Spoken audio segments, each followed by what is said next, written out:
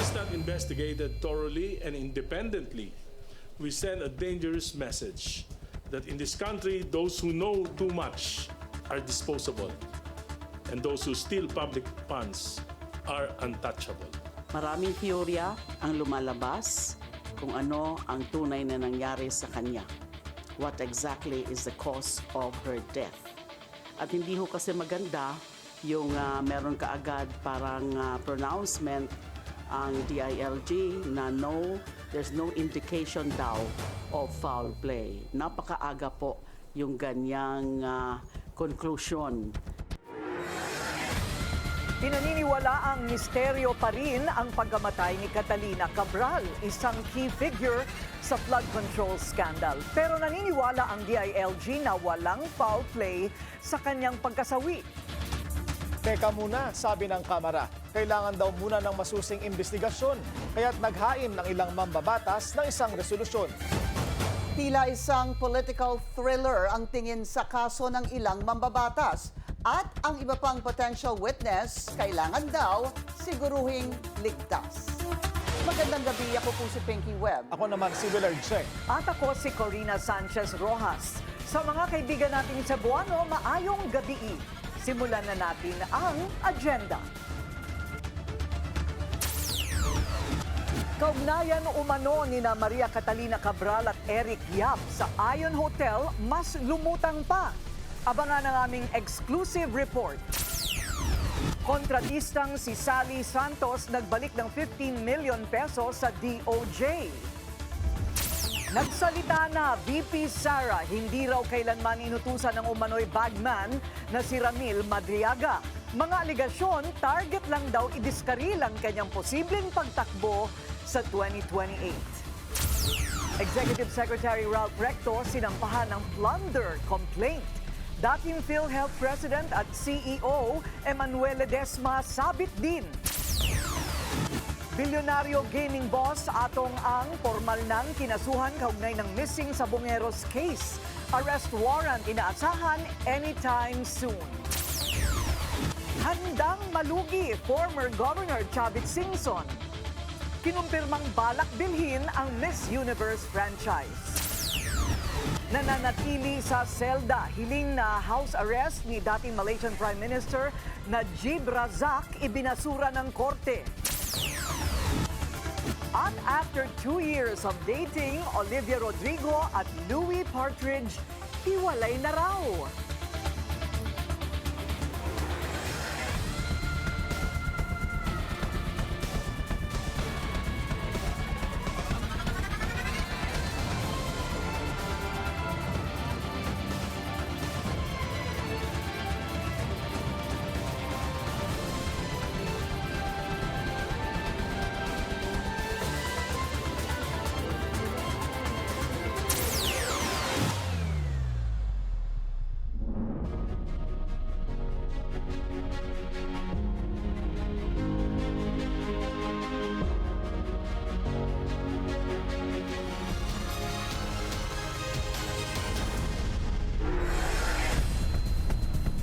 Nagsasanga-sanga na ang mga pangalang na iuugnay kay dating Public Works Undersecretary Catalina Cabral.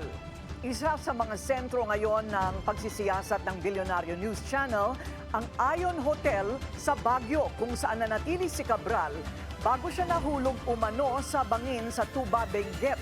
Narito ang exclusive agenda report ni Hannah T. Naglilitawan ng mga pangalang natuklasan ng Bilyonaryo News Channel matapos ang pagkamatay ni dating DPWH Undersecretary Maria Catalina Cabral nung siya ay nahulog sa bangin sa Tuba, Benguet. Kamakailan nagkaroon ng search warrant ang NBI sa Ion Hotel sa Baguio, ang tinuluyan ni Cabral bago siya nasawi. Sa pagsisiyasat ng BNC, natuklasan naming isang Ralph Robintan ang may 99% ownership sa Potiel Resort Management. Ito ang kasalukuyang nag-ooperate ng Ion Hotel. Kasama niya si Rochelle Joy Viernes na may 1% ownership. May isa rin kaming nakuhang SEC General Information Sheet na dated August 15, 2025 at nagsasabing Corporate Secretary si Tan ng Potiel. Si Tan ay isang Baguio-based businessman at owner ng Big Boss Cars, isang vehicle sales and auto services company. Ayon sa aming mga source, kilalang political ally ni Benguet Congressman Eric Yap si Tan. Noong May 2025 elections, si Tan ang lumabas na petitioner para i-disqualify si Erickson Tagal Felipe, ang naging kalaban ni Yap sa pagka-lone district representative ng Benguet. Ayon sa aming source, bago lumitaw na si Yap ay owner ng Potiel noong Agosto, nakapangalan daw ang kumpanya sa isang Michael Darren Sanchez at DM Capital. Sa SEC documents ng DM Capital, pagmamayari ito ng pamilya Sanchez, kabilang si David Sanchez, ang una nang nag-deny sa BNC na siya ay may kaugnayan kay Cabral. Sa mas malalim na pagsisiyasat ng BNC, natuklasan namin ang ilang mga kontratang nai-award sa Ion Hotel. Kasama rito ang pag-provide ng food and accommodation sa ilang mga workshop o event ng iba't ibang LGU at ahensya, kabilang ang sa Department of Energy. Una nang inilantad ni DILG Secretary John Vic Remulla sa Billionaire News Channel na si Cabral ay dati na raw beneficial owner ng Ion Hotel. Pinangalan daw ito sa di umano'y partner niya at itinransfer sa business associate ni Eric Yap, kung saan si Yap ay pinaniniwala ang beneficial owner din ng hotel. May mga papeles daw si Remulla para patunayan ito. Yan ay sa kabila ng pagtanggi ng legal counsel ng Ion Hotel tungkol dito. Sabi ni Attorney Enrique de la Cruz, ang abogado ng Ion Hotel, false at misleading daw ang mga pahayag na ito dahil wala namang direct o indirect involvement sina Cabral at Yap sa nasabing hotel. Pero sinigundahan ng NBI sa Agenda Weekend ng Billionaire News Channel ang claim ni Remulla tungkol sa ownership ni Cabral at Yap. Parehas din po. Although we'd rather get certified 2 copies of the documents para magkaroon kami ng kumukusubing impormasyon tungkol dyan. Kamakailan, naghain ng search warrant ang NBI sa kwarto ni Cabral sa Ion Hotel at nakakuha raw sila ng personal items ng dating USEC bilang bahagi ng kanilang parallel investigation. We confirmed that several items were seized and confiscated, mostly personal effects. But we'd rather not give any enumeration because we have yet to return the search warrant to the issuing court together with the inventory of the items which are seized. Ayon sa aming source, natagpuan ang isang kutsilyo sa di umano'y bag ni Cabral. Patuloy ang pagsisikap ng BNC makakuha ng panig ni Tan at Yap at sa huling monitoring, wala pa silang sagot sa amin. Dati nang naiuugnay si Yap sa Silver Wolves Construction na ayon kay Pangulong Bongbong Marcos ay nakakuha ng higit kumulang 16 billion pesos na transaksyon sa kanilang mga proyekto. Ito rin ang parehong kumpanyang naiuugnay sa maanumalyang flood control projects. Ayon sa Bureau of Immigration, bagamat may travel records nitong mga nakaraang linggo, nasa Pilipinas daw ngayon si Congressman Yap. Para sa Agenda, Hannah Tia, Billionaire News Channel. Parang isang political thriller kung tawagin ng ilang mababatas ang sinapit ni dating DPWH Undersecretary Catalina Cabral. Hindi rin daw dapat maghugas kamay ang administrasyon dito. Ang detalye sa Agenda Report ni Joan Manalo. Nais nang paimbestigahan ng ilang kongresista ang totoong nangyari kay DPWH Undersecretary Maria Catalina Cabral. Sa isang press conference ngayong araw, nagsama-sama ang co-authors ng House Resolution na naguutos sa Infrastructure Committee na suriin ang pagkamatay ni Cabral. Kabilang dito sina Akbayan Representatives Chel Jokno, Percy Sendanya at Dada Ismula, ML Portales Representative Laila De Lima, Dinagat Islands Representative Kaka Bagao, Albay 1st District Representative Crisel Lagman, Kamanggagawa Portales Representative Eli San Fernando, Batangas 1st District Representative Leandro Leviste, at Caloocan 2nd District Representative Egay Erice. If this is not investigated thoroughly and independently, we send a dangerous message that in this country, those who know too much are disposable, and those who steal public funds are untouchable. Kagulat-gulat din daw ang biglaang pagkamatay ni Cabral ani Erice na tila tayo ay nasa isang palabas. The death of a key figure in what many now recognize as one of the largest heist of the Philippine Treasury is shocking. It feels unreal, parang teleserye o Korean political thriller. Except this is real life, and the victims are the Filipino people. We are deeply concerned that this case, if mishandled, could lead to the silencing of other potential witnesses or whistleblowers. Kaya kasabay daw ng kanilang pagtutulak ng investigasyon ay ang pagsusuri kung maayos ba ang mga prosesong sinusunod ng DPWH at kung hindi ito naging tahanan ng pang-aabuso, korupsyon at maling paggamit ng kaba ng bayan. This inquiry is also a call to action to immediately secure testimonies, place witnesses under protection, and prevent any further loss of life or truth. Marami pong butas at hindi nagtutugma ang mga salaysay sa pagkamatay ni Yusek Cabral. Mula sa oras ng pangyayari, sa mga detalye ng insidente hanggang sa testimonya ng kanyang driver. Paglilinaw naman ni De Lima, hindi ito pagsusuri sa criminal liability ni Cabral, pero mahalaga pa ring malaman kung bakit siya namatay dahil isa siya sa central figures sa flood control scandal. Maraming teorya ang lumalabas kung ano ang tunay na nangyari sa kanya. What exactly is the cause of her death? At hindi ho kasi maganda yung meron kaagad parang pronouncement ang DILG na there's no indication daw of foul play. Napakaaga po yung ganyang conclusion. Dagdag ni De Lima, maaari rin daw imbestigahan ang naging kakulangan umano ng investigative at oversight bodies sa pag-secure ng mga dokumento at assets ni Cabral. Because property and assets of the former Yusek Cabral can be forfeited in favor of the state. Sabi ko nga dapat nauna nang trinabaho yan ng mga appropriate agencies of government but mukhang hindi yan ginawa.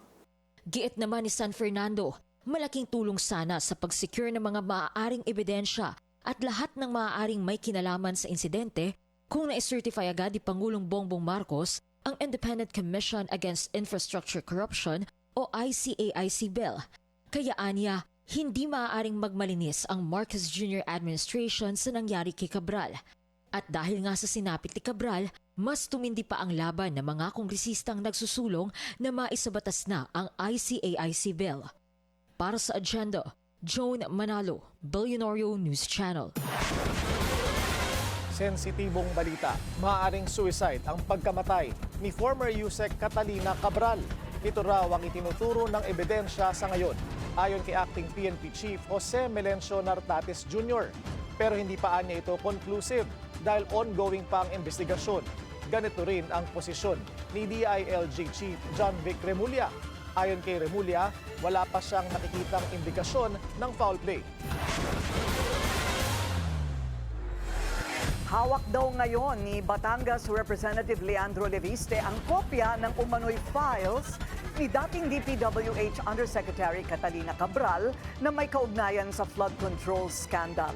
Laman daw nito ang mga listahan ng mga proponents sa insertions sa pondo ng ahensya.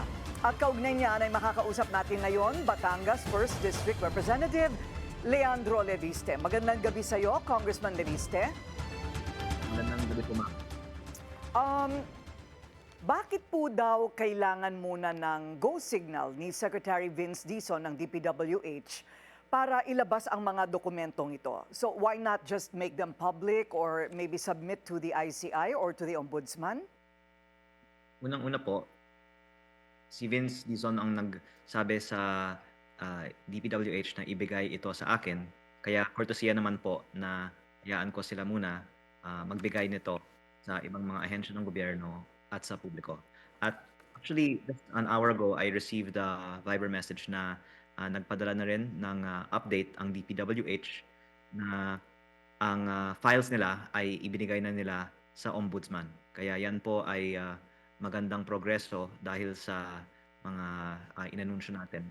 Pero isa pang practical na realidad ay marami kasing mga ayaw na lumabas ito at baka magka-question din pag lumabas ito.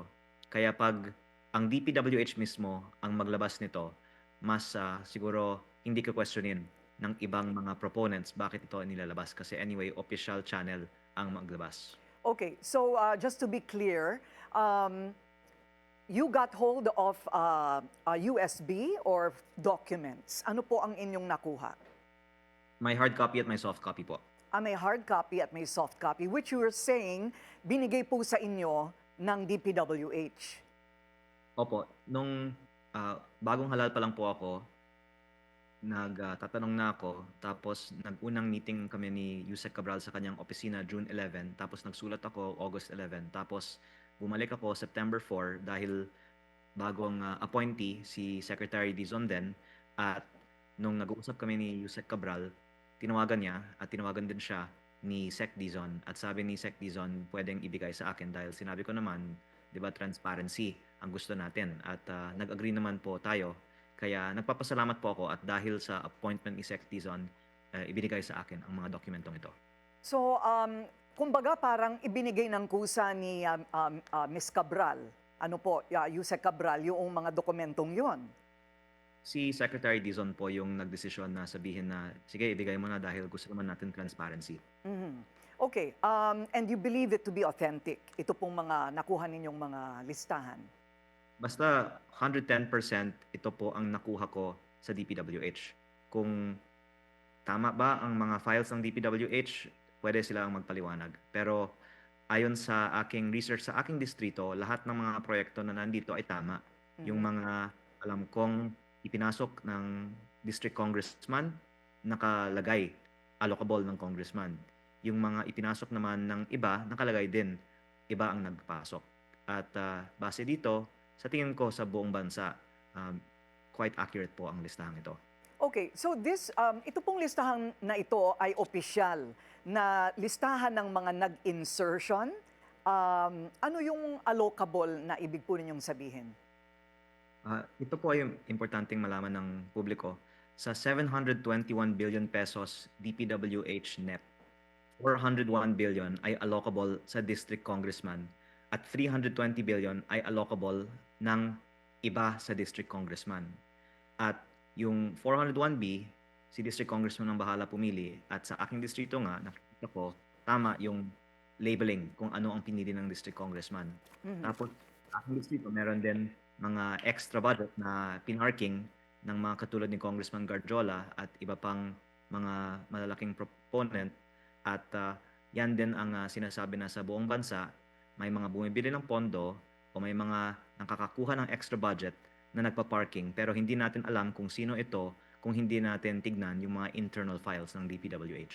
I see. And all of these projects need to be inspected para lang po masigurado yung kung ito'y ghost project o ito po ba ay substandard.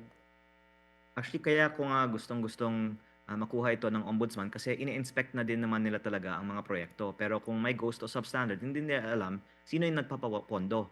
Kaya hanggang sa contractor o sa DPWH engineers lang ang nakakasuhan minsan dahil hindi natin alam sino yung politiko na nagpapasok nito sa budget kung hindi lumabas ang files na ito. Kaya po mahalagang lumabas ito, pero kaya din po maraming mga ayaw lumabas ito kasi mas lalaki ang sakop ng mga investigasyon kung pati na rin yung mga nagpa-approve ng budget ang makakasama.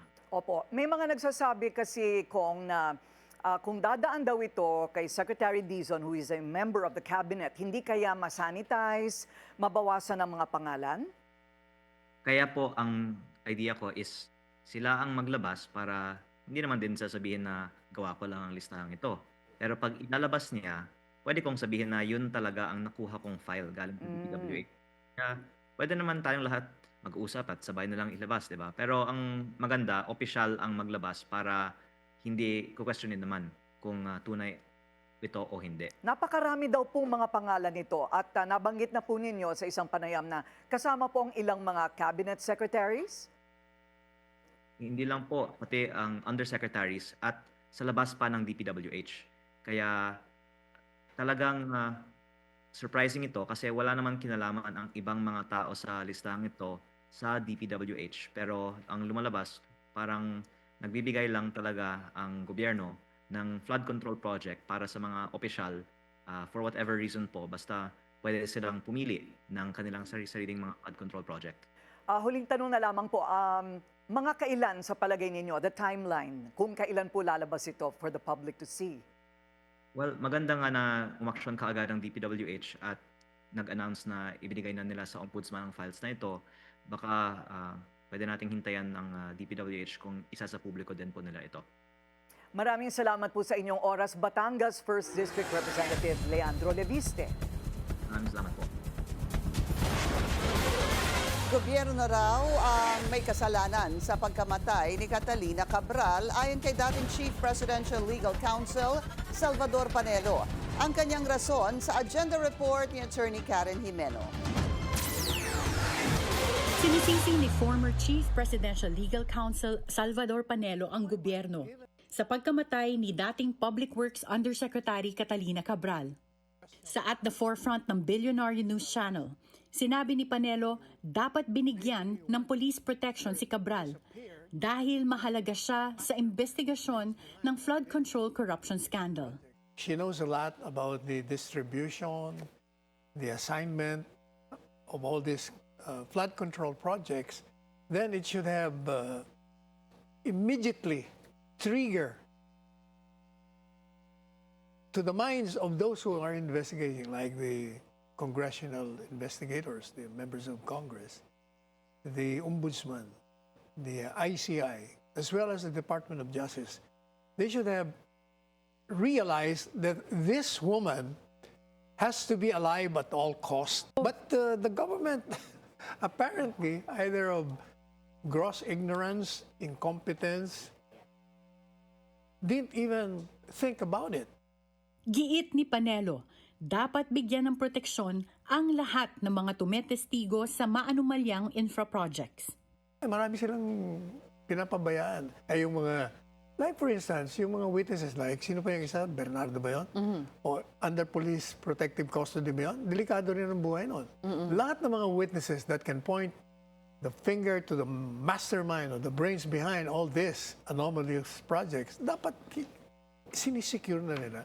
Suspecha ni Panelo, may tangka si PBBM na protektahan ang sarili sa iskandalo. Yun lang pagsabi niya na yung ini-expose niya, sa tingin ko, kasama yon sa to cover up for anything, either for his negligence or complicity. Ginawa niya yon na sinisisi niya yung iba para makatakos siya sa responsibilidad. Hamon ni Panelo sa Pangulo, ipakulong na ang mga mambabatas na nakinabang sa flood control scandal. Dahil siya na rin mismo ang nagsabi na mangyayari ito bago magpasko. Para sa agenda, Attorney Karen Jimeno, Billionaire News Channel. Nagsalita na si Vice President Sara Duterte sa mga alegasyon ng dati niya umanong bagman na si Ramil Madriaga. Paniwala ng bise, isa lang tangka para madiskaril ang kanyang posibleng pagtakbo sa 2028, ang paglutang ni Madriaga. Ayon kay Madriaga, suportado umano ng mga pogo at drug lord ang political campaign ni VP Sara. Pero giit ni Duterte, wala namang ipresentang pruweba si Madriaga. Malamang din anya na gusto lang makalabas ng kulungan ni Madriaga na nakapiit ngayon sa Camp Bagong Diwa sa Taguig dahil sa kasong kidnapping. Dagdag ni VP Sara, wala siyang personal relationship kay Madriaga at hindi niya ito kailanman dinalaw o kinausap.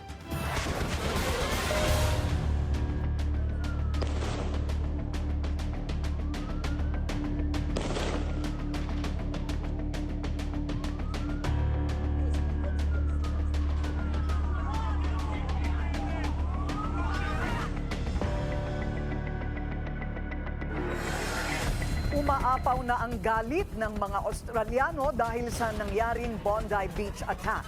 Nakatanggap ng boo si Prime Minister Anthony Albanese nang dumating sa isang mass vigil sa Sydney.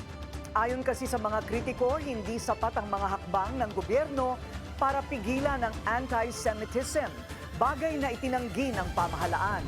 15 ang namatay ng mamarilang 2 gunmen sa Jewish Hanukkah Festival noong December 14. Ang memorial nitong linggo ay bahagi ng National Day of Reflection para alalahanin ang mga biktima. This crime was an attempt to marginalise and scatter, to intimidate and cause fear. But Jews have stood up to this intimidation for thousands of years, and so tonight thanks to the Jewish community of Australia, on this last night of Hanukkah, you have reclaimed Bondi Beach for us.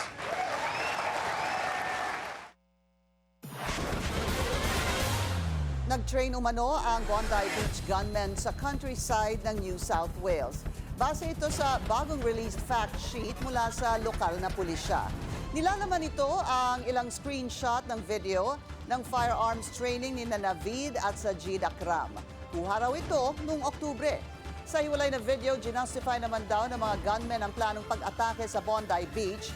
Una nang naiulat na nagsagawa ng military-style training ang dalawa sa Southern Philippines nang bumisita sa bansa noong Nobyembre.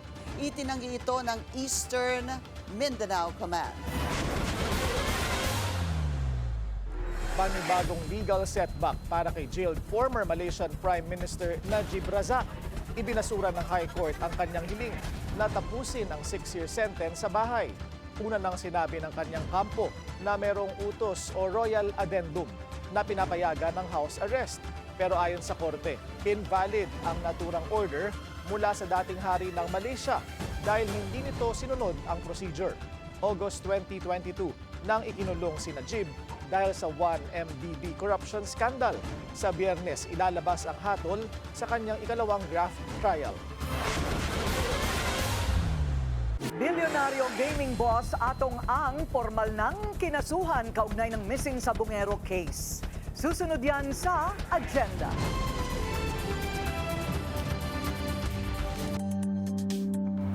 Para sa lagay ng panahon sa Metro Manila, bukas inaasahang magpapatuloy ang maulan na panahon dulot ng shear line. Ang mahina hanggang katamtamang pag-ulan ay maaaring magdulot ng pagbaha at pagguho ng lupa, lalo na sa mga mabababang lugar. Sa Miyerkules, bisperas ng Pasko, mananatiling maulap ang kalangitan na may pulupulong mahihinang pag-ulan. Kaya sa mga lalabas para sa last-minute shopping, huwag kalimutang magdala ng payong bilang panangga sa ulan. Mula araw ng Pasko hanggang Sabado, generally fair weather conditions ang inaasahan. Mainit ang panahon sa umaga at tanghali, habang sa hapon hanggang gabi ay may tsansa ng pulupulong pag-ulan na may pagkidlat at pagkulog. Ang temperatura sa Metro Manila mula bukas hanggang Sabado ay nasa pagitan ng 27 hanggang 30 degrees Celsius.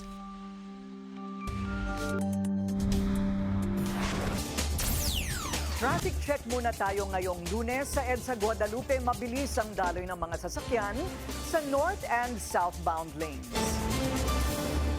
Mula EDSA, alamin natin ang lagay ng trapiko sa NLEX. Naroon si Just Ignacio para sa kanyang live agenda report. Just, kumusta na ang dikit-dikit ng mga sasakyan dyan? Parang hindi gumagalaw yung likod mo. Kurina, eksaktong 3 araw na lang at Pasko na. Kaya yung ilan sa ating mga motorista ay humahabol na makauwi sa kanilang probinsya para makasama yung kanilang pamilya. Dito sa NLEX, magaan pa yung daloy ng trapiko 3:20 nitong hapon sa Balintawak Tollgate. Pero paglagpas sa tollgate, mabigat na ang daloy ng trapiko papuntang May Kawayan northbound. Gayon din sa southbound lane ng Tambubong papuntang Bukawe at ang Bukawe Toll Plaza papuntang NLEX Harbor Link Interchange sa southbound lane. Pagsapit naman ng alas 4 kanina, mahaba na ang pila sa mga tollgate dito sa Balintawak Toll Plaza. At kurina, ngayong gabi naman, pasado alas 6, mabagal na rin yung daloy ng trapiko na nararanasan ng ilan sa ating mga motorista rito. Bagamat bukas pa talaga yung last day ng ilan sa ating mga manggagawa sa kanilang trabaho, yung iba ay maaga na rin nag-leave para makauwi na sa kanilang probinsya. At kaugnay niya na, samantala nauna naman inanunsyo ng Metro Pacific Tollways Corporation kamakailan na magpapatupad ng libreng toll fee sa NLEX, SCTEX, NLEX Connector, Calax at Cavitex ngayong Pasko at Bagong Taon. Ang libreng toll fee ay epektibo mula alas 10 ng gabi ng December 24 hanggang alas 6 ng umaga ng mismong araw ng Pasko, December 25. Masusundan ang libreng toll fee na ito sa bisperas ng bagong taon o December 31 mula alas 10 ng gabi hanggang alas 6 ng umaga ng January 1, 2026. Samantala, inanunsyo naman ng Metropolitan Manila Development Authority o MMDA na suspendido ang pagpapatupad ng Expanded Number Coding Scheme simula bukas, December 23 hanggang December 25 at simula December 29 hanggang January 2, 2026. Balik sa iyo, Corina. Maraming salamat, Just Ignacio, nag-uulat ang live mula sa NLEX.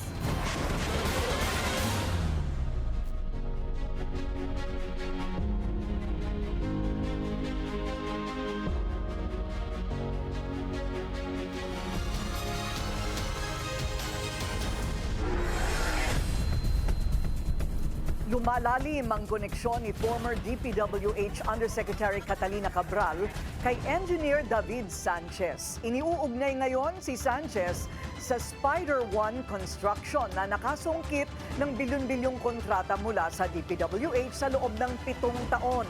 Narito ang exclusive agenda report ni Joash Malimban. Dating Philippine Institute of Civil Engineers o PICE officers ang yumaong si former DPWH Undersecretary Maria Catalina Cabral at ang umano'y karelasyon nitong si David Sanchez. Isang bagay na una nang itinanggi ni Sanchez sa Billionaire News Channel. Yes, magkasama kami sa PICE and sa organization. We know each other, pareho kaming past presidents eh. We are all national officers. Si Sanchez ang presidente ng DM Holdings Capital Corporation noong 2022. Ang kumpanyang humawak sa Holiday Inn sa Baguio City bago ito binili ng business partner ni Benguet District Representative Eric Yap na si Robin Tan at pinangalan ng Ion Hotel sa ilalim ng Potiel Resort Management. Dito sa hotel na ito huling nag-check-in si Cabral bago matagpuan ang kanyang katawan sa bangin ng Tuba Benguet. Sa mas malalim na pagsusuri ng Billionaire News Channel, nadiskubre naming si Sanchez din ang dating general manager ng Spider One Construction Company. Siya rin ang isa sa incorporators o unang nagtayo ng kumpanya noong 2017 ayon sa mga dokumentong nakuha namin sa Securities and Exchange Commission. Mula 2018 hanggang 2025, aabot sa 37 DPWH contracts worth 5.8 billion pesos ang napanalunan ng Spider One Construction sa iba't ibang parte ng bansa. Pinakamarami sa mga kontrata nito makikita sa Cordillera Region, kabilang na ang construction ng Benguet Convention Center noong 2024 na proyekto umano ni Congressman Eric Yap. Ayon sa official statement ng Spider One, factually incorrect umano ang koneksyon ni Cabral sa nasabing kumpanya. Wala rin daw professional, business at personal relationship sa pagitan ng yumaong former undersecretary at ni Sanchez na nagsilbing general manager ng Spider One Construction dati. Para sa agenda, Joash Malimban, Billionaire News Channel. Pinasapina na ng Office of the Ombudsman ang electronic devices ni dating DPWH Undersecretary Catalina Cabral. Ipapasa raw ang mga ito sa mga law enforcement agencies para sa forensic examination. Dito aalamin kung may binago sa mga datos kaugnay sa flood control scandal. Tumugon naman ang DPWH at sinabing agad itong susunod sa utos ng Ombudsman. Isasama rin ng ahensya sa turnover ang mga dokumento mula sa opisina ni Cabral. Sa gitna ng mga balitang sila ay nagtatago sa ibang bansa, present sa sesyon ng Kamara kaninang umaga, sina Benguet Representative Eric Yap at ACT-CIS Party List Representative Ed Vic Yap. Kamakailan lang nang maglabas ng freeze order ang Court of Appeals sa mga ari-arian ng magkapatid. Matapos silang makaladkad sa flood control scandal. Wala pang komento ang dalawa kaugnay ng freeze order. Si Congressman Eric ay dating chairperson ng House Appropriations Committee na siyang bumabalangkas ng panukalang budget sa Kamara.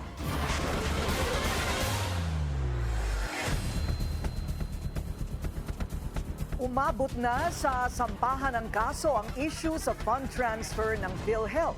Ang mga respondents sina Executive Secretary Ralph Recto at former PhilHealth President Emmanuel Ledesma. Narito ang agenda report ni Joan Manalo.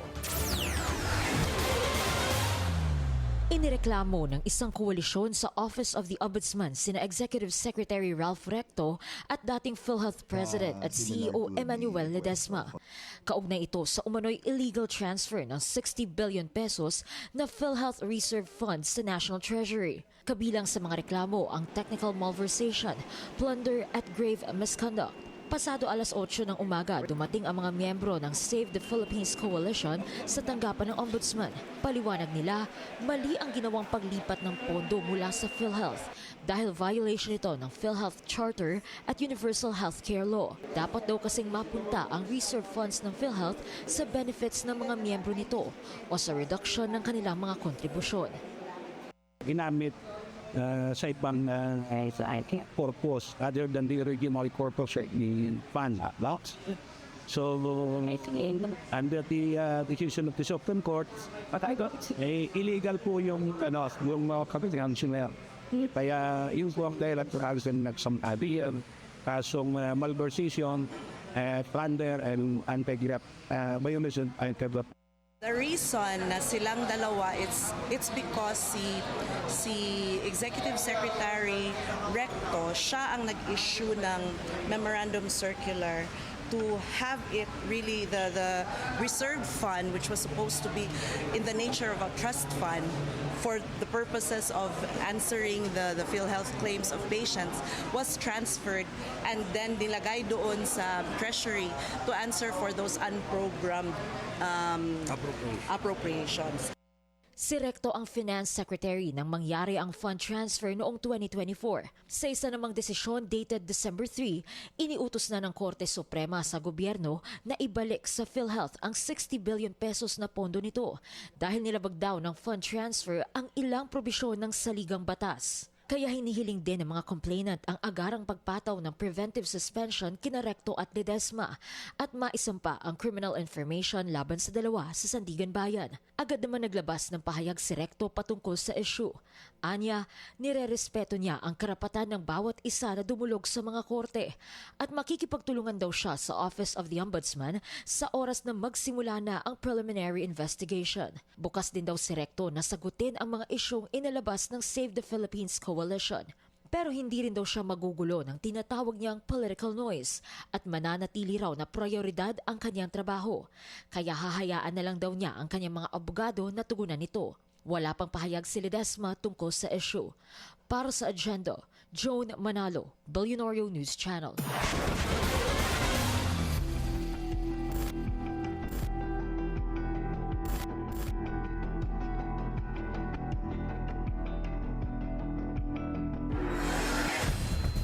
Formal nang kinasuhan ng DOJ sa tatlong korte si gambling kingpin Charlie Atong Ang kaugnay sa kaso ng missing sabongeros. Nahaharap siya at kanyang mga kapwa-akusado sa kidnapping with homicide at kidnapping and serious illegal detention charges. Narito ang agenda report ni Elijah Bonzo.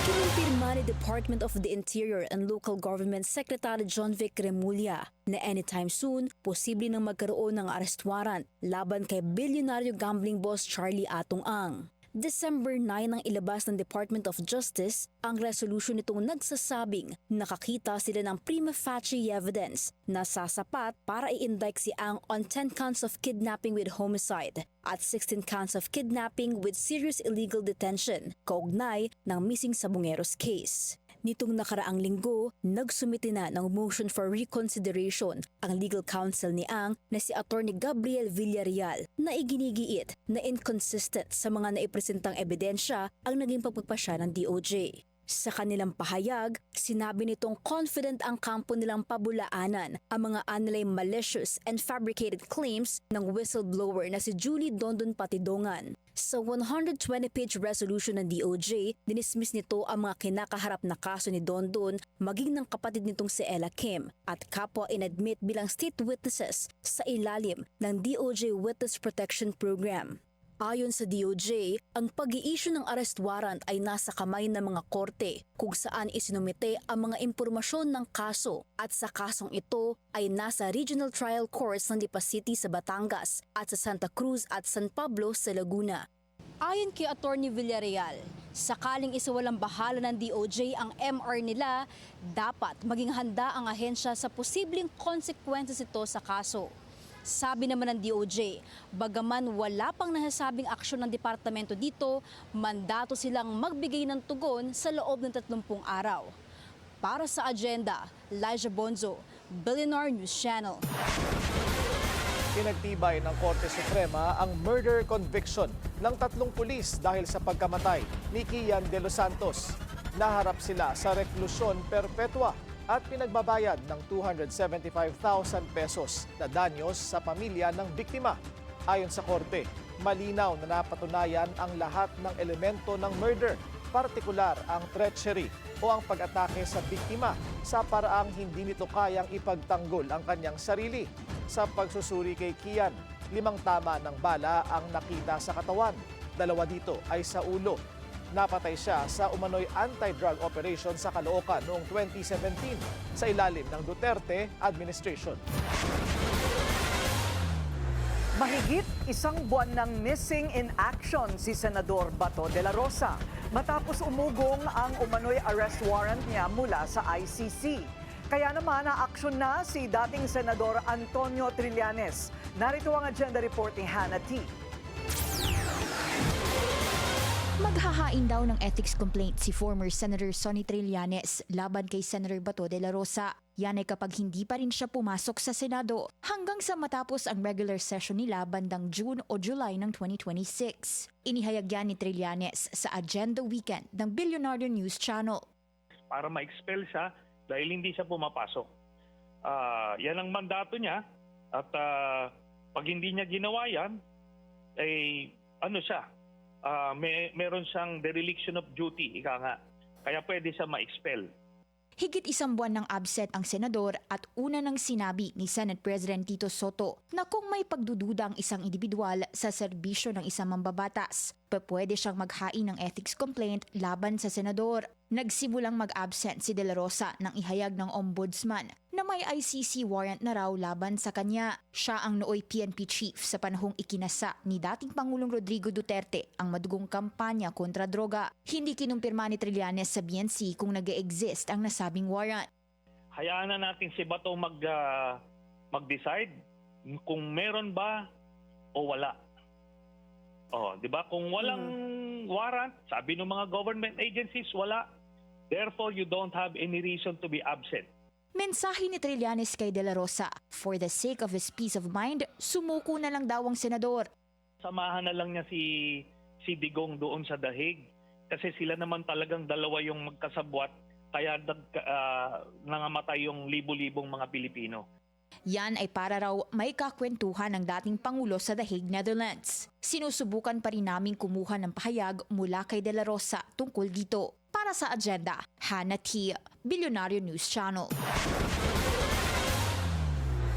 Pinapaalalahanan ng LTO ang mga motorista laban sa bagong text scam.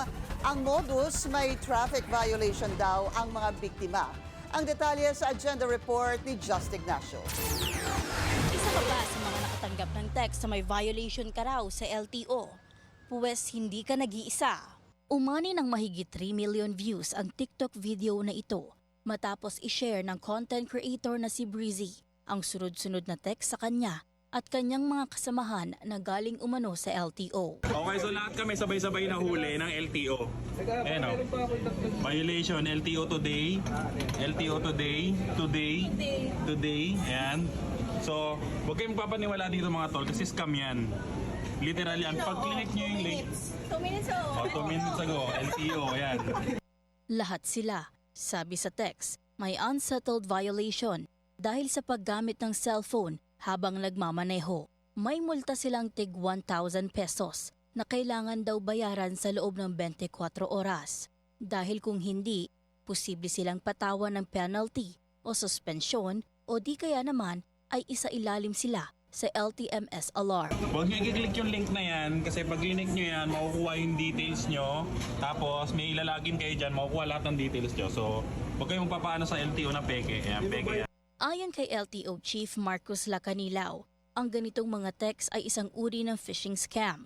At sa kabila ng kanilang pagsisikap na sugpuin ito, patuloy pa rin anla itong lumalaganap. Nananatiling kumakalat ang mga pekeng website at text messages na nagpapanggap na galing sa LTO, na layuning makuha ang inyong personal na impormasyon at linlangin ang mamamayan. Patuloy naman daw ang pakikipagtulungan ng LTO sa Department of Information and Communications Technology at iba pang ahensya ng pamahalaan para mapuksa ang ganitong mga panloloko. Tapos yung isa rito, wala kang lisensya, di ba? Hindi ka rin nagmamaneho. Paano nahuli paano siya na LTO? Ang mahalagang paalala ng LTO chief. Hindi nagpapadala ang LTO ng abiso ng paglabag sa trapiko sa pamamagitan ng text message. Anumang mensaheng humihingi ng bayad o nag-uulat ng paglabag ay tiyak na peking impormasyon. Dagdag nila Kanilaw, huwag basta-bastang i-click ang link at agad na i-report ito sa social media account, email o service hotline ng LTO. Pero, paano naman kapag napindot ang link? Ayon sa LTO, agad na palitan ang password sa LTMS portal, email at social media accounts para maprotektahan ang mga mahalagang impormasyon. Huwag din daw magbigay ng anumang personal na impormasyon gaya ng password, bank account details o credit card information sa pamamagitan ng text o email. Hindi naman kasi raw humihingi ang LTO ng mga ganitong uri ng impormasyon. Para sa agenda, Just Ignacio, Billionaire News Channel. Nagsana ang mga pasahero sa Parañaque Integrated Terminal Exchange o PITX ilang araw bago magpasko. Yan ang agenda report ni Ian Maghanoy live mula sa PITX. Ian, kamusta ang sitwasyon dyan? Pinky, tama ka dyan. Dagsana nga ang mga pasahero dito sa Parañaque Integrated Terminal Exchange ngayong rush hour at 2 araw bago ang araw ng Kapaskuhan. Dahil marami nga sa mga pasaherong nandito ngayon sa terminal ay magdaraos ng kanilang mga Kapaskuhan sa kanilang mga probinsya. Dahilan kaya sila bumabiyahe dito sa PITX.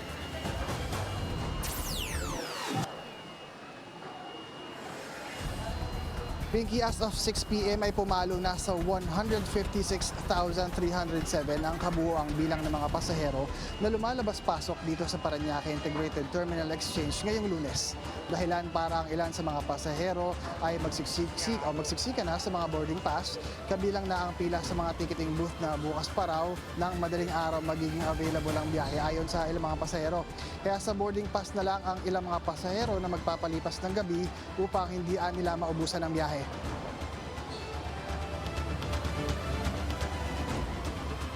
Mahirap, sir. Kasi kung minsan nasa pila, kakasingitan pa. Oo, kung minsan, kanina pa akong bandang alauna dito, hanggang ngayon nasa pila pa rin. O alas 3 pa daw, madaling araw, hindi pa tiyak. Kasi may parating daw na bus, baka bukas pang umaga ang alis. Kasabay ng pagdami ng mga pasahero sa terminal ay ang paghigpit naman ng seguridad kung saan kinukumpiska ang mga prohibited items tulad ng mga matutulis na bagay. Sa pinakabagong pagtatala ng PTEX, umabot na sa 274 ang kabuuang bilang ng mga nakukumpiskang bagay na karamihan ay patalim simula December 19 hanggang ngayon December 22. 27 dyan ay butane, 2 ang thinner, 86 ang kutsilyo, 17 ang cutter, 20 ang gunting, 74 ang lighter, 8 ang posporo, at 4 na po naman ang cutter blade. Sa ngayon, inabisuhan na ng terminal na magiging limitado ang biyahe ng mga bus pa Bicol, partikular nang sa Philtranco, Amihan sa December 24, bispras ng Pasko. Pero fully operational naman daw ang DLTB, Bicol, Isarog, Peña Francia, St. Jude, ALPS at FE Twin Hearts. Pagdating naman ng araw ng Pasko ay walang biyahe ang ALPS at tentative naman ang biyahe ng Philtranco Amihan. At sa December 31, huling araw ng 2025 ay walang operasyon ang FE Twin Hearts at ALPS. Limitado naman ang operasyon ng DLTB at Philtranco Amihan, habang tentative naman ang operasyon ng Bicol Isarog, Peña Francia, St. Jude. Pinky, hanggang sa mga oras nga na ito ay patuloy ang pagdagsa ng mga pasahero dito sa Parañaque Integrated Terminal Exchange. Kaya kung makita nyo nga dito sa aking likuran, ay patuloy ang pagdating ng mga pasahero dito sa entrance points ng PTEX at sumunod silang dumediretso dito sa boarding pass para ang iba ay kumuha ng mga walk-in tickets at ang iba naman ay meron ng mga nakabook na mga tickets. Sa latest advisory ng PTEX, Pinky, nasa 72% pa lamang ang passenger capacity ng mga biyaheng pa-Bicol. 29% ang sa Calabarzon, 6% ang pa-Norte, 33% ang pa-Vismin, at 63% naman ang pa-Mindoro. Kaya paglilinaw ng administrasyon ng PTEX ay hindi pa fully book ang lahat ng biyahe ng pa-Bicol base dito sa datos nito. Pinky? Maraming salamat sa iyo, Ian Maghanoy. Nag-uulat ng live mula sa PITX.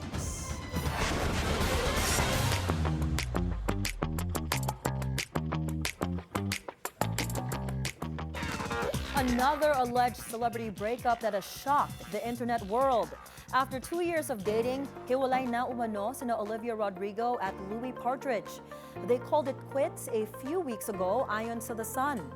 It hasn't been easy though for the two, with Olivia allegedly breaking down in tears sa recent Christmas party hosted by Lily Allen sa London. Noong September lang, Louis said he and the Phil-Am pop star were very happy together. He had no issue pa nga raw being in her shadow and being known as Mr. Olivia Rodrigo. Tila tumitindi ang alleged family feud among the Beckhams. Many netizens have noticed na hindi na fina-follow ni Brooklyn Beckham ang kanyang magulang na sina David and Victoria. According to his sibling Cruz, Brooklyn blocked him and their parents. Nagsimula umano ang away in 2022 noong wedding ni Brooklyn and Nicola Peltz. Na-hurt daw ang couple when Victoria allegedly hijacked their dance. Tensions also rose when Nicola wore a Valentino bridal dress instead of a creation by her mother-in-law. Rockwell Land ng Lopez family bumili ng majority stake sa Alabang Town Center. Susunod yan sa agenda.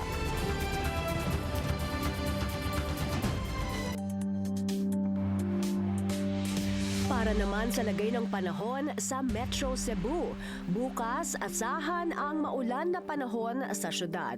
Sa Miyerkules naman, habang ang ilan ay bumabiyahe upang makasama ang pamilya para sa Noche Buena, asahan ang maulap na kalangitan na may paminsang mahihinang pag-ulan.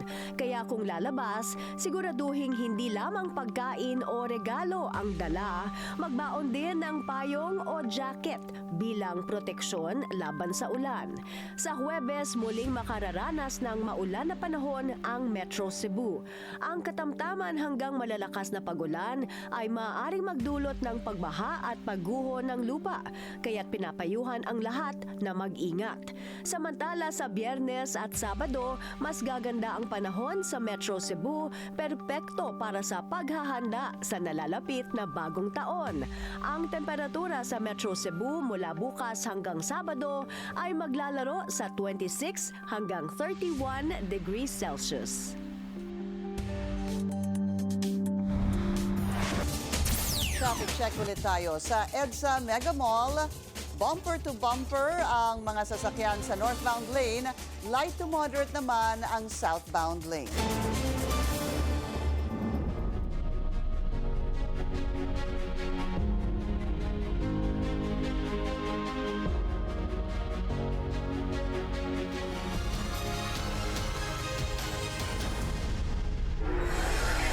Kinumpirma ng Justice Department na nagsoli ng tinatayang 15 million pesos ang government contractor na si Sally Santos.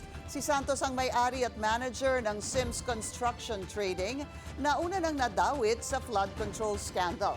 Ayon sa DOJ, bahagi ng restitution ang ginawa ni Santos alinsunod sa kanilang napagkasunduan. Una nang inamin ni Santos na nag-deliver siya ng pera sa DPWH mula 2022 at suma total, aabot raw ang halaga nito sa 1 bilyong piso. Hindi pa malinaw kung ano ang kabuuang halaga na hinihingi ng pamahalaan kay Santos, gayon din ang implikasyon ng pagsoli niya ng pera. Handang sumalang sa investigasyon si Los Angeles Labor Attaché Macy Maglangke matapos makaladkad sa flood control scandal. Kinumpirma ng DMW na nakauwi na ng bansa si Maglangke bilang pagsunod sa recall order ng ahensya. Narito ang agenda report ni Ian Maghanoy. September 12 nang bigyan ng Department of Migrant Workers si Los Angeles Labor Attaché Macy Maglangke ng recall order. Pinauuwi ng DMW si Maglangke para isailalim sa investigasyon dahil sa umano'y kanyang pagkakasangkot sa flood control scandal, partikular ng kanyang kumpanyang Global Properties Corporation na sinasabing naging katransaksyon ang mga dating opisyal ng Department of Public Works and Highways ayon kay Senate President Pro Tempore Ping Lacson. Matapos ang recall order ay sinubukang pumalag ni Maglangke sa pamamagitan ng paghahain ng motion for reconsideration, bagay na agad ring sinupalpal ng ahensya sa pamamagitan ng pag-deny sa naturang apil. Halos 2 buwan ang lumipas matapos ang recall order ng DMW ay kinumpirma ngayong Lunes ni Migrant Workers Chief Hans Leo Kakdak na nakauwi na nga ng Pilipinas si Maglangke. September 29 pa raw siya nakabalik ng bansa. When the denial was issued, umuwi naman siya kagad. Pero sa tanong kung dapat bang agad na isailalim si Maglangke sa investigasyon ngayong nandito na siya sa Pilipinas, what we are ascertaining is yung action ng Independent Commission for Infrastructure and the Ombudsman as to whether or not she is included in the investigations or any related actions or concomitant actions. So we are still in the process of ascertaining that.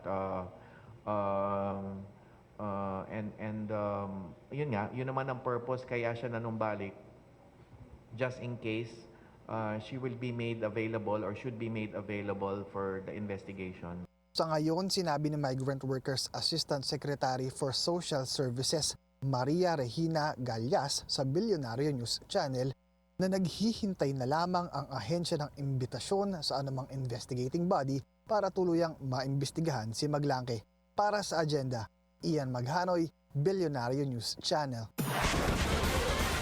Tila kalbaryo sa mga pasaherong pauwi ng probinsya ang sitwasyon sa Batangas Port. Fully booked na raw kasi ang ilang biyahe at kulang din daw ang mga barko. Ang detalye sa agenda report ni Ryan Renoban ng Abante.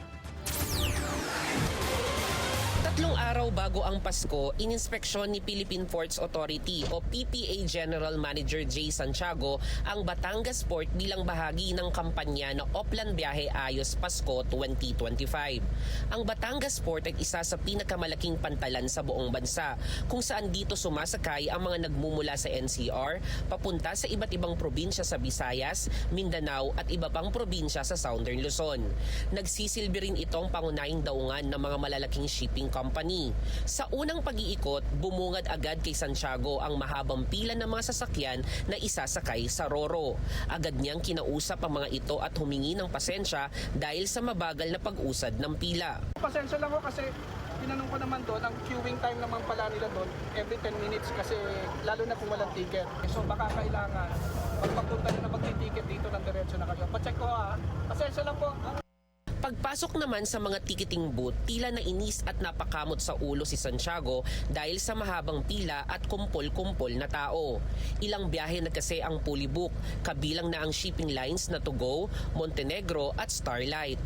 Hindi nagustuhan ni Santiago ang matagal na pag-aantay ng mga pasahero at kung kailan lamang gusto ng mga shipping line na magbibigay ng tiket.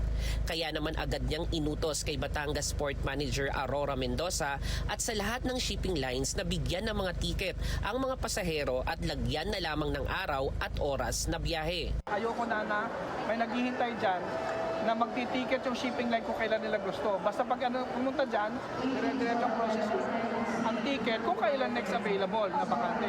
Hindi dyan naghihintay tao. Kaugnay niyan, humiling naman si Montenegro Operation Manager Dennis Beranya ng assistant mula sa mga tauhan ng pantalan. Aminado naman si Santiago na isa rin talaga sa mga problema nila kapag ganitong panahon ang kakulangan ng mga barko. Sa datos ng PPA nitong weekend, dinagsa ang Batangas Port ng mga pasaherong uuwi sa kanilang probinsya ngayong holiday season. Nakapagtala ng 346,341 passenger noong December 20, habang 365,648 naman noong December 21. Ngayong araw, December 22 as of 12 p.m., 145,252 pasahero na ang nagtungo sa Batangas Port. Inaasahan ng PPA na aabot sa 4.6 milyong pasahero ang maitatala sa mga pantalan sa buong bansa hanggang sa January 5, 2026. Dahil sa pahirapan sa tiket, maglilipa na ang iba't ibang modus gaya na lamang ng mga fixer. Kaya naman babala ni Santiago lalo na sa mga tauhan nila na masasangkot dito.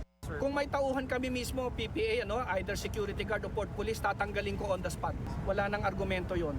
Pero ang sinasabi ko nga, yung nakikita natin din sa social media, yung mga nagpo-post, naiintindihan natin na posibleng may mga naglipa na dyan ng mga fixer. Ilan sa mga ipinagbabawal na bagay naman ang nakumpiska sa mga bagahe ng ilang pasahero gaya ng kutsilyo, lighter, butane at iba pa. Para sa agenda, Ryan Reloban, Abante.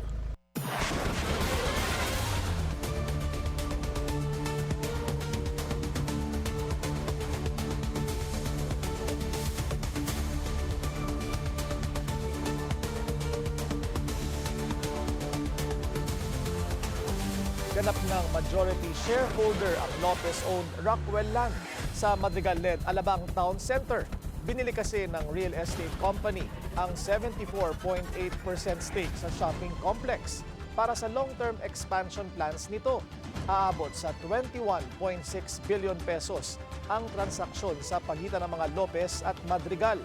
Una nang ibinalita ng Billionario.com ang planong pagbili ng Rockwell sa ATC para i-convert sa isang power plant mall branded company.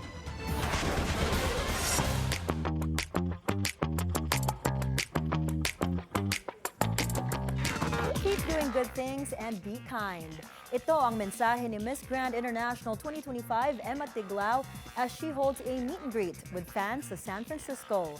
Ang detalye sa agenda report ni U.S. correspondent Henny Espinosa. Miss Grand International 2025, Miss Emma Mary Tiglao from the Philippines!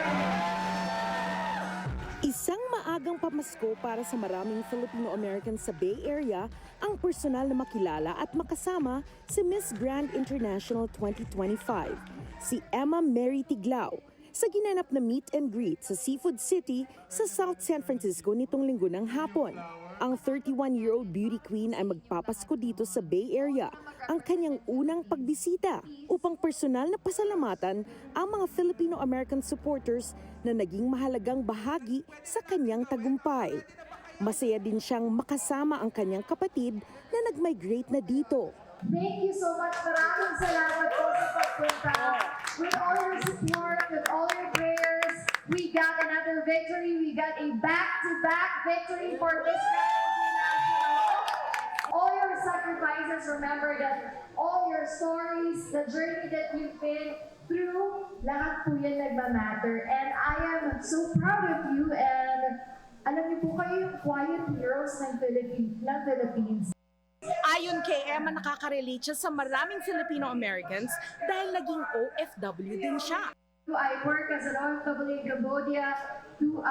I've been there for like almost 2 years, so I know gaano po kahirap magtrabaho sa ibang bansa na malayo sa pamilya. Lalo na po ngayon, because we know iba po ang Pasko sa Pinas. Sa entablado, buong pagmamalaking ipinakita ni Emma ang kanyang signature walk at intro.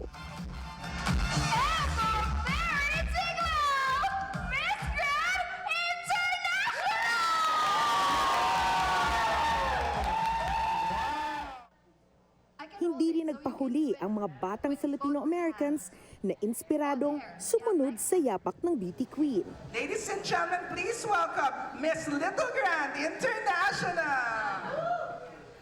Emma Meritzina, Miss Grand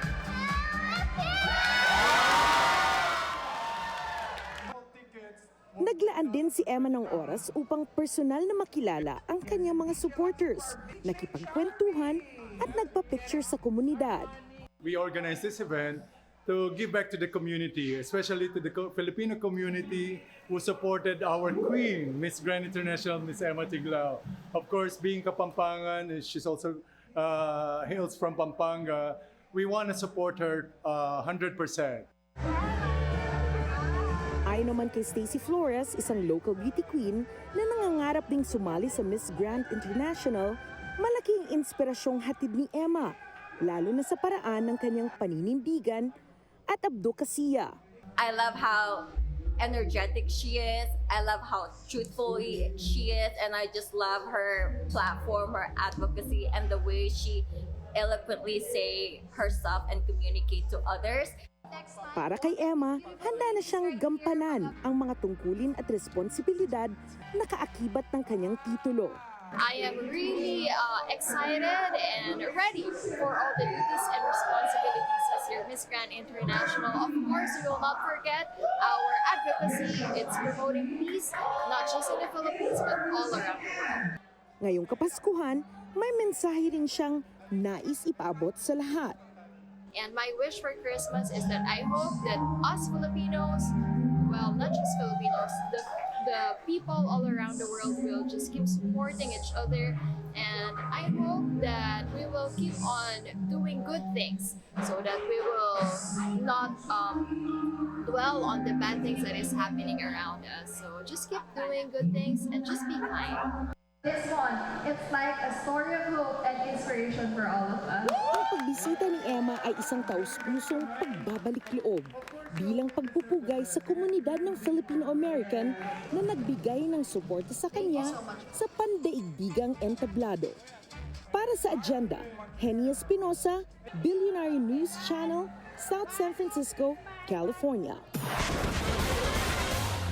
In royal news, naglabas ng rare family picture ang Duke and Duchess of Sussex. The photo features Prince Harry being hugged by his son, Prince Archie. Meghan Markle naman is seen holding hands with their daughter, Princess Lilibet. The photo was taken at their home in Montecito, California, and was released to mark the holiday season. Meanwhile, Harry's brother, Prince William, recreates a special childhood memory. The heir to the British throne took his son, Prince George, sa isang homeless shelter sa London. There, the two put on aprons and helped make Christmas lunch for people in need. William's late mother, Princess Diana, brought him to the same charity when he was 11 years old. William and his family are expected to spend Christmas sa Sandringham Estate ni King Charles. Former Governor Chavit Singson kinumpirmang balak bilhin ang Miss Universe franchise. Susunod yan sa agenda.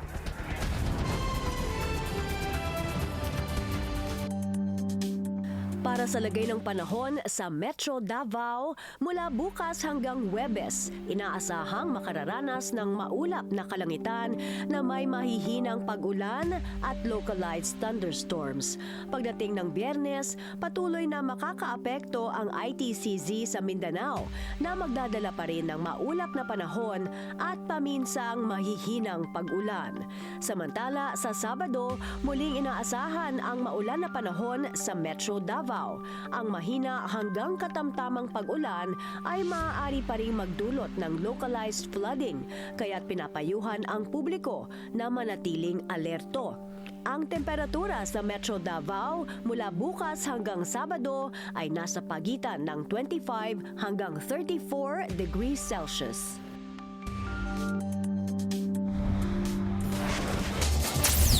Isa pang traffic check ngayong Monday rush hour. Sa EDSA White Lanes, moderate ang daloy ng mga sasakyan sa northbound lane. Light to moderate naman ang southbound lane.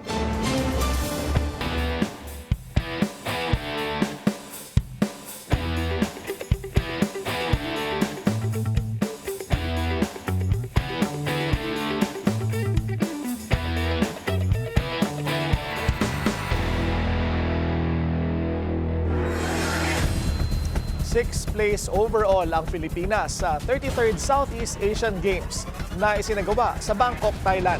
Nakakuha ang bansa ng higit 200 medalya, kabilang ang 50 gold. Balikan natin ang makasaysayang kampanya ng Team Philippines sa Agenda Report ni Sheila Salaysay. Buong tapang na tinapos ng mga atletang Pilipino ang kanilang paglalakbay sa 2025 Southeast Asian Games. Naghatid ng mga makasaysayang tagumpay, pinakasan ang matagal ng mga tagtuyot sa ginto at ipinamalas ang tibay at galing ng Pilipino sa iba't ibang larangan ng palakasan. Pinatunayan ng Team Philippines na ang puso, tiyaga at pagkakaisa ang tunay na lakas ng bansa. Nanguna sa mga tagumpay ang isang makasaysayang sandali sa women's football. Tinapos ng Pilipinas ang dekadang paghahari ng Vietnam at Thailand upang maiuwi ang kauna-unahang SEA Games gold medal ng bansa. Matapos ang isang bakbaka na umabot sa 120 minutes scoreless draw sa isang penalty shootout na pagpasyahan ang kampyonato kung saan nanaig ang Pilipinas kontra sa 4-time defending champion na Vietnam. Sa sudden death, kalmadong naipasok ni Jacqueline Sawicki ang kanyang penalty bago ihatid ni goalkeeper Olivia McDaniel ang pinakamahalagang save ng laban. Isang sandaling tuluyang nagselyo sa tagumpay at muling nagsulat sa kasaysayan ng Philippine football. Dagdag na ngayon ang SEA Games gold sa lumalawak na pamana ng Pilipinas kasama ang 2022 AFF Women's Championship at ang makasaysayang panalo kontra New Zealand sa FIFA Women's World Cup. Mula rito, nakatuon na ang kanilang paningin sa susunod na hamon, ang 2026 AFC Women's Asian Cup kung saan nakataya ang ticket patungo sa 2027 FIFA Women's World Cup. Mula football, tumawid ang momentum sa tennis. Tinapos ni Alex Ayala ang isang all-out na taon para wakasan ang 26-year gold medal drought ng Philippine tennis sa women's singles sa SEA Games sa Nontamburi.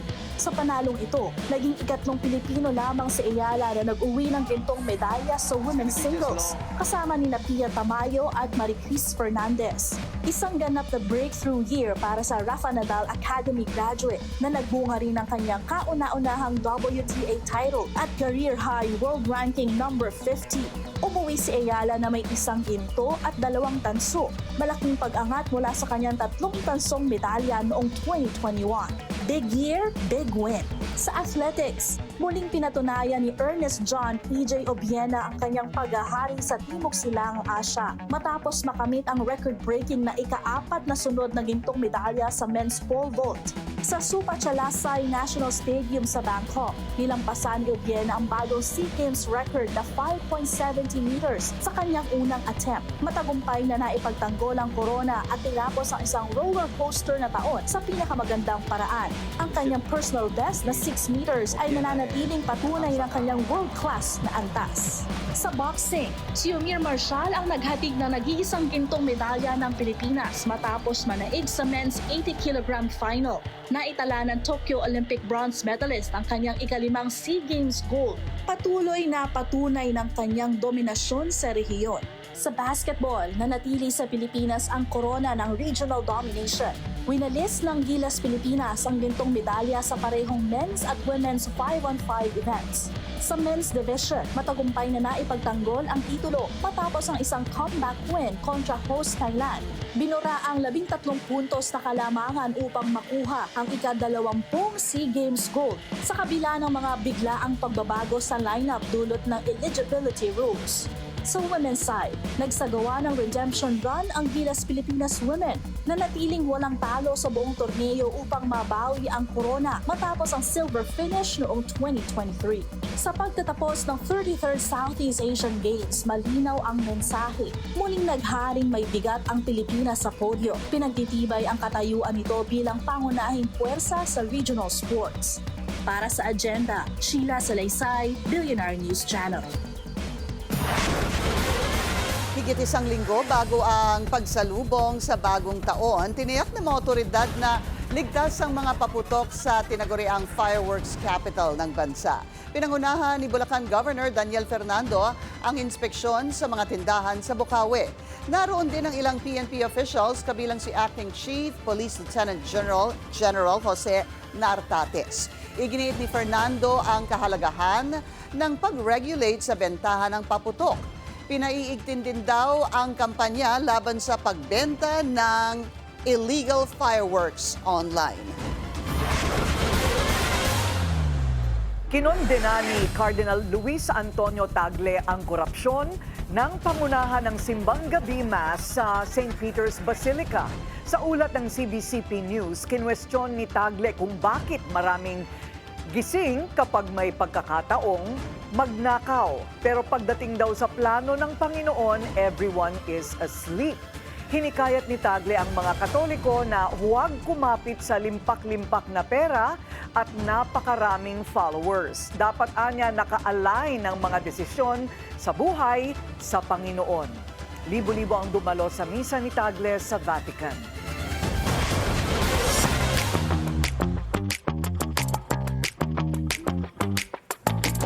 Former Ilocos Sur Governor Chavit Singson is ready to gamble at bilhin ang Miss Universe pageant franchise.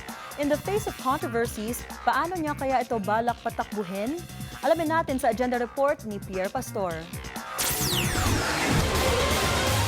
Kasi bagsak lahat eh. Bagsak ang industry, bagsak ang tourism.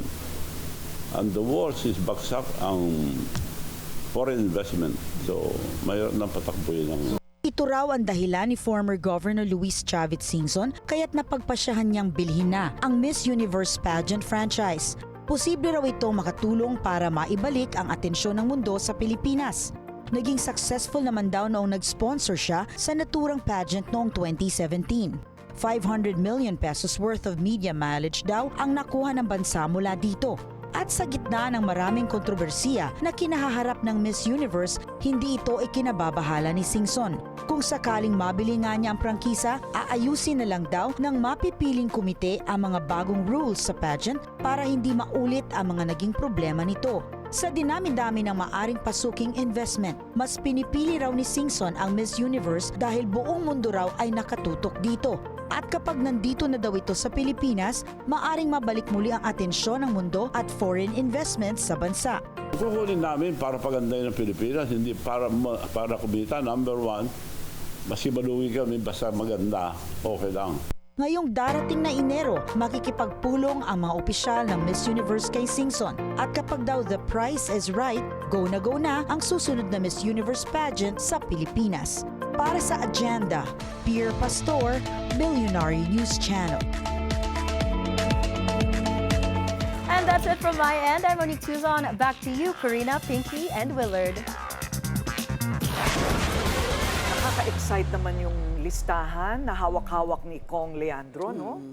So, yung mga, kasi ang daming mga unlikely names ang sinasabi na nakalista doon. But I heard from another interview he had na 17,000 entries ang kailangan, you have to go through all of them one by one. Ang dami talagang project. Ang dami talaga natin palang pera. Oo. Sabi nga nila, hindi naman mahirap ang Pilipinas eh. Marami lang talagang kurakot. Kaya at yung naghihirap, yung mga mahihirap talaga. Oo. Talaga, totoo yan. Ang tanong dyan, ilalabas ba nila itong file na to o hindi? Sa interview mo, and Congressman Levice was already saying he wants the parang approval, di ba, of Secretary Vince Dizon. However, ang sabi din niya, may kopya ng Office of the Ombudsman and yung ICI, meron din yung kopya eh. Yes. I think hindi sila makakaligtas dyan. People will clamor for it. So marami ng duplicate copies na pwedeng pagbasihan, ano? Oo. Pero at siguro ang tanong din dyan, pag makita natin yon, ano bang implication nun? Anong ibig sabihin nun? Does it actually already mean wrongdoing? Wrongdoing on the part of those names that will be indicated there? Yun na nga eh. Kasi parang it's an official document. So it is a legitimate document. Yeah. That's why all the projects have to be inspected. Isa-isa yun. Isa-isahin nila yun, hindi ba? Tapos check nila kung either ghost, legit, or overpriced, or di ba? substandard. Or substandard. Yun ang kailangan nilang alamin. Cabral files ang tawag dyan, no? Cabral files na. Oo. Pero ang masarap i-file ng mga panahon na to, vacation leave. Naunahan na ako. Ganon. O sige, nagpaparinig ka. segue. Dahil niya, segue na. Segue. Nagpaparinig si Winner. At dahil doon, Dahil doon, it's 3 days to go before Christmas. Yan po ang Imagine. ating agenda. Ngayong gabi, ako po si Minky Webb. Ako naman si Willard Cheng. At ako si Corina Sanchez Rojas. Sa bawat issue may anggulo at ang balita may agenda.